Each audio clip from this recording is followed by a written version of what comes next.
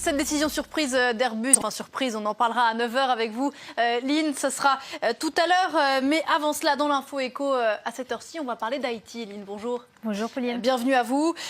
Haïti, on en parle ces derniers jours dans les journaux de France 24. Pays en proie depuis une semaine à un mouvement de contestation anti-gouvernementale sur fond de reproches de mauvaise gestion du pouvoir et de corruption. Une économie, Lynn, fragilisée, on le voit derrière vous, par la pauvreté et la corruption.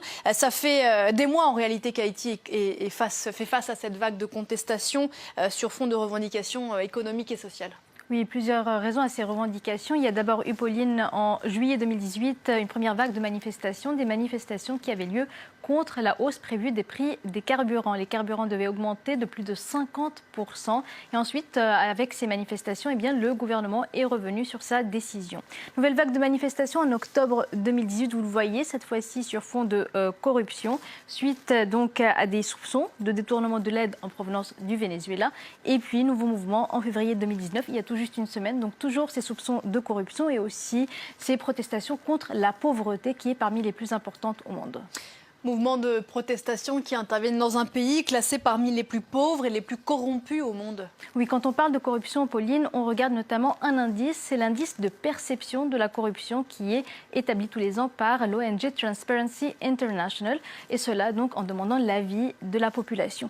Eh bien, Haïti arrive parmi les 20 pays les plus pauvres au monde, 161e sur 180 dans le dernier classement de l'ONG publié il y a quelques semaines. C'est moins bien que le classement de 2017, 4 places de moins. Et puis le pays fait face aussi à une pauvreté grandissante. C'est un des pays les plus pauvres au monde et le pays le plus pauvre des Amériques. Vous voyez, 60% de la population vit sous le seuil de la pauvreté selon la Banque mondiale et même un quart de la population vit sous le seuil de l'extrême pauvreté. Alors Pauline, quand on parle d'extrême pauvreté, c'est quand on vit avec moins de 1,9 $ par jour. Et cette pauvreté, la situation des plus pauvres en Haïti, est aussi accrue par le problème de l'inflation. Vous allez le voir, une inflation à 2 chiffres qui a progressé, 14,7% en 2017, léger recul de 13,3% en 2018, 11,6% prévu pour 2019. Ça reste beaucoup pour ce pays. Une inflation qui est due notamment, entre autres, au recul de la monnaie nationale, la gourde, qui a donc reculé par rapport au dollar. Et cela a un impact sur les pays, sur la population. Pourquoi ?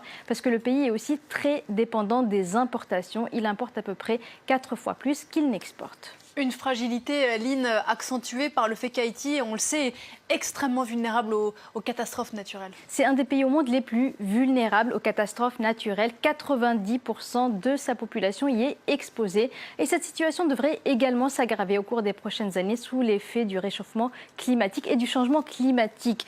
Vous allez le voir, selon une étude du PNUD, le programme des Nations Unies pour le développement, eh bien, le pays a subi des pertes estimées à 2% du PIB par an entre 1975 et 2012 à cause des catastrophes naturelles qui sont causées par le changement climatique. Autre chose à souligner également pour le pays, c'est le coût par exemple du séisme de 2010, un séisme qui aurait coûté au pays 120% du PIB selon le PNUD toujours. Et puis vous vous souvenez de l'ouragan Matthew en 2016, un coût estimé à 2 milliards de dollars. Dans ce contexte-là, Pauline, le pays aurait besoin d'investir dans ses infrastructures pour faire face aussi au changement climatique. Problème, il n'a pas d'argent, les ressources du pays reculent et le pays souffre aussi de la hausse de son endettement, un endettement qui a triplé au cours des 10 dernières années.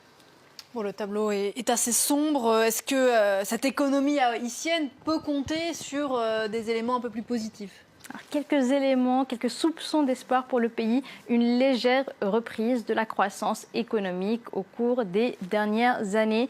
Donc après une croissance qui était autour de 1,2% en 2017, elle a augmenté en 2018, 1,8%, 2,2% prévu pour cette année. Ça reste peu pour ce pays, mais c'est une légère progression. Et puis le pays peut aussi compter, Pauline, sur les transferts de sa diaspora. Vous savez, les Haïtiens qui habitent à l'étranger, eh bien, ils envoient tous les ans l'équivalent d'un tiers du PIB du pays. Donc ce sont des ressources importantes pour l'économie haïtienne, des devises étrangères sur lesquelles le pays peut compter, mais la reprise dont on parlait tout à l'heure reste très fragile à cause notamment de l'instabilité politique d'une part et puis de la vulnérabilité du pays aux catastrophes naturelles.